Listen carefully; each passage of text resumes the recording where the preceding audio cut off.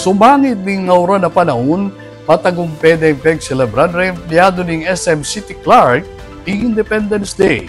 Ay ning balita.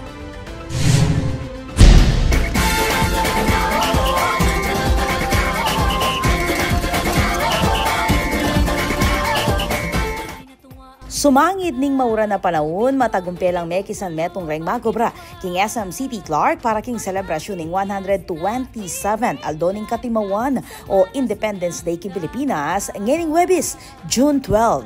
Ing programa, pwede mo nandereng opisyalis ning mall kabilang na din ang Assistant Mall Managers Grace Miranda, Engineer John Louis Mutok at Lourdes Alarcon. As we wave our flags and sing our anthem, let's also remember that the spirit of independence lives on true unity, resilience, and love for country.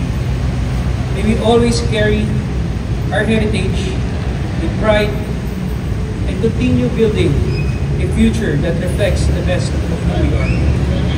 Mabuhay ang Pilipinas, mabuhay tayong lahat. Thank you and happy Independence Day.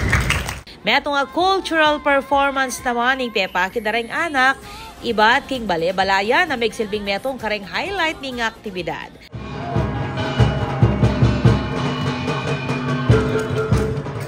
Kasan metong king Independence Day, reng security at maintenance personnel, reng tenants at reng empleyado ng SM bilang papakit suporta at lugod king bansa.